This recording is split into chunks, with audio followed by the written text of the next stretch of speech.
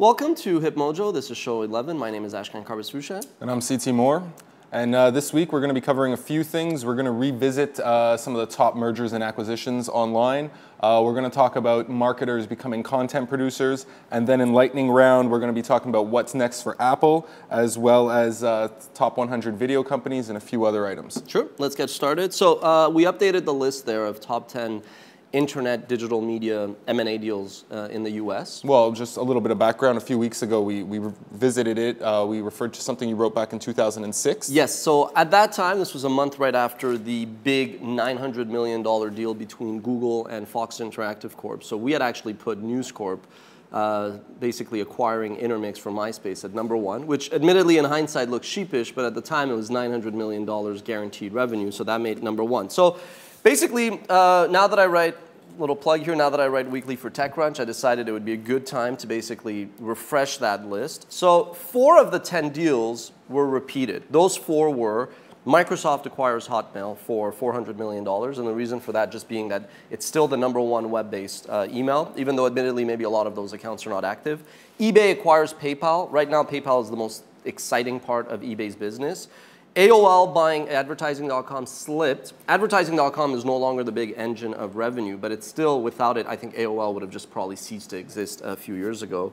And of course, Yahoo buying Overture for $1.63 billion, which gave them an entry into paid search and was the reason why Yahoo was black. So 6 out of the 10 fell, and we have basically 6 new. So okay, what was the criteria? All right, so yeah, how do you go about picking these guys? Because it seems a little biased. It seems very leaning very much towards media, towards search, that kind of thing. Yeah, so I actually came out and said outright that my background being in search, online content, and video and advertising, it's going to skew towards those sectors. 2, I also say this is not a technology list, so there are a lot of great deals. I mean, you could argue that Apple buying Next to bring back, Steve Jobs was probably a hell of a coup because they get Steve Jobs back. This was not a technology list. I might do one later on. And it was also not a global list. I think I wanted to be very clear that this is clearly US deals.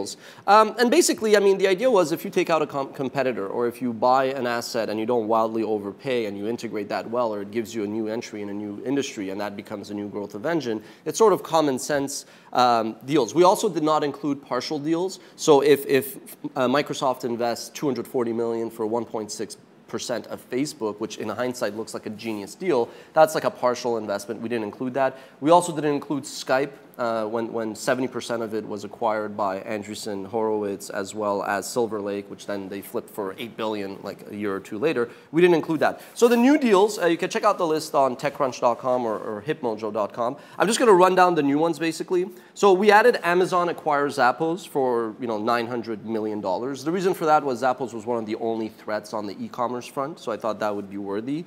We added CBS acquires CNET for $1.8 billion, which was a very expensive deal. It was 4 times revenue, but this was right before the crash in 2008. CBS was not a big web property. There were not that many properties out there that would give it overnight scale like CNET would. So even though it was expensive, and if they would have waited 6 months, it would have maybe cost them half, I think that gave CBS an overnight sort of Hail Mary. What's interesting is we actually had strategic discussions with both CBS and CNET. On one trip where I flew out from the East Coast to San Fran and flew back that night, I met both CBS and CNET's M&A team, and then they ended up merging. So you might have had something to do with it? No, not at all. It just shows that we're pretty small and insignificant at the time. But it was an interesting little footnote. I added, now Google appears 4 times in this list. Now Google's also done some crappy deals. Dodgeball, which went nowhere and led to Dennis Crowley moving on and doing Foursquare. They also bought DMARC Broadcasting, which was this like radio sales repping firm for like supposedly billions, but it was only 100 million in the end, and the founders left and basically told Google off. But Google gets 4 entries. They bought DoubleClick for $3.1 billion, which at the time was deemed very pricey, especially after the fact that Hellman and the PE firm had bought them for $1.1 billion just like a year or 2 before that. But now when you look at Google's strength in display, that's thanks to DoubleClick. We swapped Google buying Sprinx for Google buying Applied Semantics because that's what gave birth to AdSense. And a lot of people after my first that brought in that semantic element to their algorithm, which is pretty much has not only helped them with AdSense, but has helped them with indexing the web as well. It honestly could be number one. I think the reason why I didn't put it number one is because at the end of the day, you could argue that, I mean, they bought that and it was a hell of a deal, but they could have built something like that probably, but it's still a great deal. And a lot of people fairly after my first list were like, interesting list, but dude, why Springs? Why not applied semantics? So we swapped that. And then we also, what are the other deals that we added? Two more Google deals. One, Google buying Android for about $50 million in August of 2005. What's interesting about the Android deal is that David Lawley, who is their corp head corp dev VP, says that this is the best deal we've ever done. Android far and away. Now, today Google is generating per annum $2.5 billion from mobile. That's a lot of money. Most of it actually comes from the fact that they give away the Android OS for free and then they run search ads.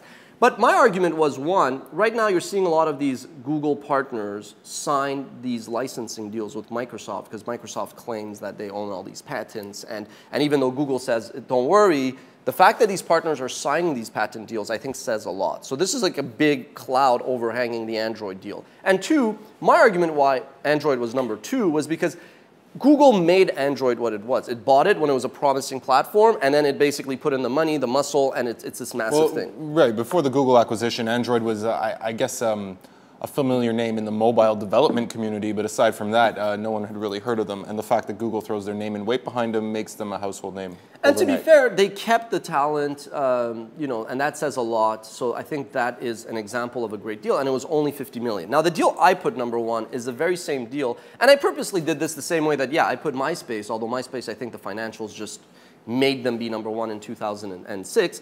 I put YouTube fully knowing that, yeah, maybe in 5 years we're going to look back and say, well, this wasn't a good deal. Although I think this one's a bit different, and I'll explain why.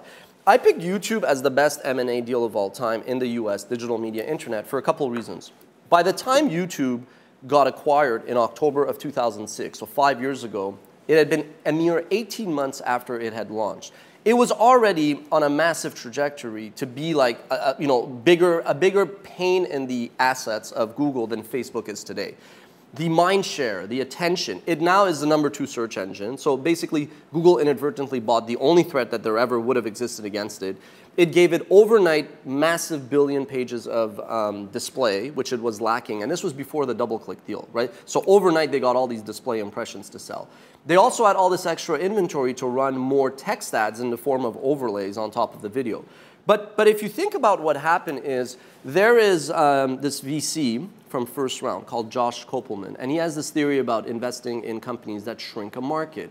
And when you think about it, you're like, this is crazy. This guy's on drugs. What is he talking about? Why would you invest in a company that shrinks the market? The idea is if you create value and you suck out value from others in the industry, it makes you that much stronger. In a way, that's what Skype did, right? Skype shrunk the telco market by giving away a product for free, gaining all these users, finding a revenue model.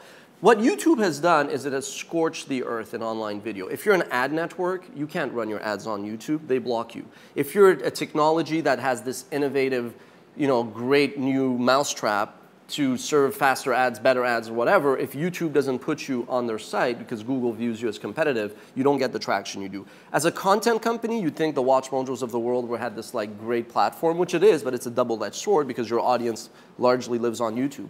YouTube has basically grown, but it has come at the expense of the online video industry. And this is why every other company in online video, especially if they raised all this VC money to be the next Google of video, they sort of are on the outside looking in. Google is the next Google of video thanks to YouTube. So I put it number one. I didn't do it to get people to say, what the hell? Most of the feedback on TechCrunch was, hey, interesting list. Thankfully, I'd written the basis, the nucleus of the article years ago. But time will tell. If Android continues to get all the litigation over it, then maybe it won't even be on the list. I personally think if in 5 years I repeat this list, you'll see a lot of mobile deals because that is the future. It's the fastest growing platform. Well, it's going to be a little bit more sexier than video, which will be much more passé by then. Yeah. I wouldn't be surprised, though, if Android continues to persist, if only because of the price point, and it did bring Google straight into mobile. And I think the real potential of the Android deal is they could take your Google accounts, their complete suite of products, integrate it into your phone, and along with your search history and your content consumption on YouTube, they can now pick up location-based searches, your general GPS movements, and pretty much every app that you use. Yeah, and I think we're going to touch on this in Lightning Round, how Android basically made Google a competitor to Apple and mobile, and how that's basically setting up this massive clash right now, but also in the years to come. We'll take a short break, and we'll come back and talk about whether or not marketers should actually be publishers.